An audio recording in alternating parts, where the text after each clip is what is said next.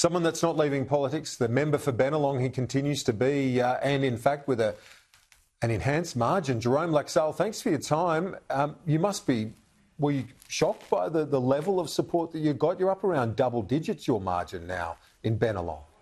Yeah, Kieran, thanks for having me on. Yeah, look, very humbling result. I was always confident enough to back myself to get the win, despite the difficult circumstances. But to get this result is very humbling.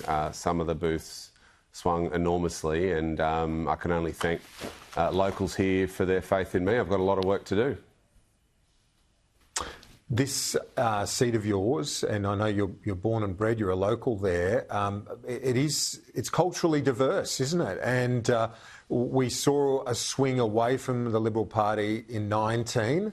And I've got some numbers here. These are a couple of booths out of Bennelong, if we just look at them. And it's not just Chinese Australians, but those of an Indian heritage as well, culturally diverse seats. I want to, booths in your seat of Bennelong, I want to show you Eastwood Heights, Macquarie Park South, Denniston, Willoughby. You can see those numbers there, West Ryde. That's the swing away from the Liberal Party since 19. So across the two elections, upwards of 20% in Eastwood Heights and Macquarie Park South. What's the main reason, in your view, for that swing away from the Liberal Party in those culturally diverse booths and areas? Yeah, look, over the two elections, obviously, a couple of reasons. I think, having Scott Morrison and Peter Dutton, some of their policies, particularly their language around diverse communities and international relationships, really struck a chord with a diverse community. It wasn't sort of one ethnicity or group that mattered. It really resonated across a very diverse community. And the second thing is, like, the Liberals locally selected two candidates in consecutive elections that weren't from here.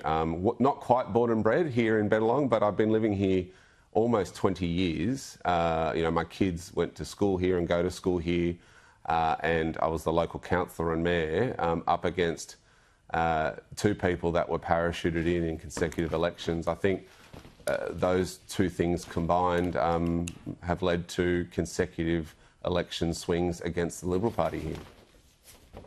Labor's Environmental Action Network, LEAN as it's known, wants some really ambitious 2035 targets of 70%. They've said they've supported you in terms of your re-election bid. Would you get on board with that argument of a 70% target by 2035?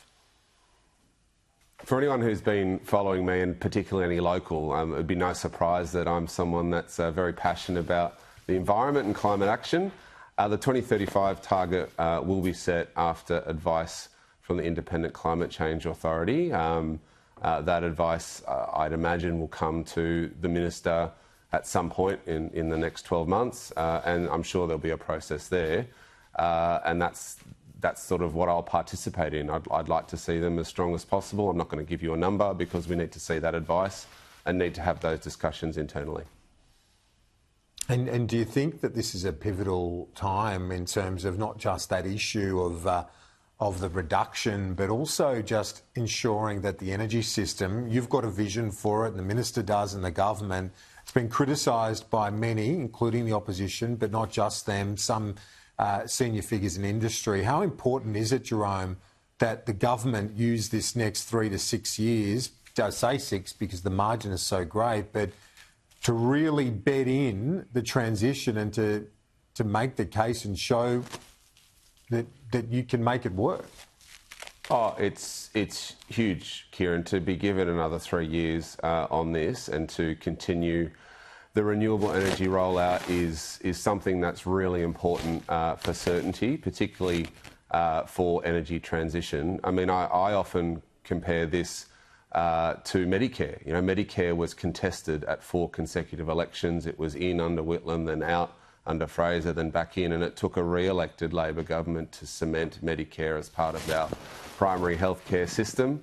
The same can be said about the energy transition. We've done an enormous amount in 3 years, got renewable energy up to 40% of the grid, approved 80 projects, grid-scale renewable energy projects, and there's more in the pipeline. That will see renewable energy go up, which is what has popular support amongst Australians, and we need to make it work. We've been given now 2 mandates to do that, and we should do it. Did you recognise gas will remain a key fuel in terms of the peaking power it provides for stability?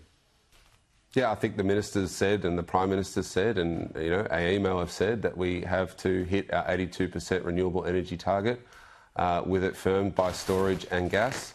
The more renewable energy that is in the system, the less we will rely on other technologies, and that's something that I'll be advocating for. I know the Minister, Chris Bowen, is very supportive of a quick and swift renewable energy rollout, and I'll be right beside him making sure that we do it as fast as possible.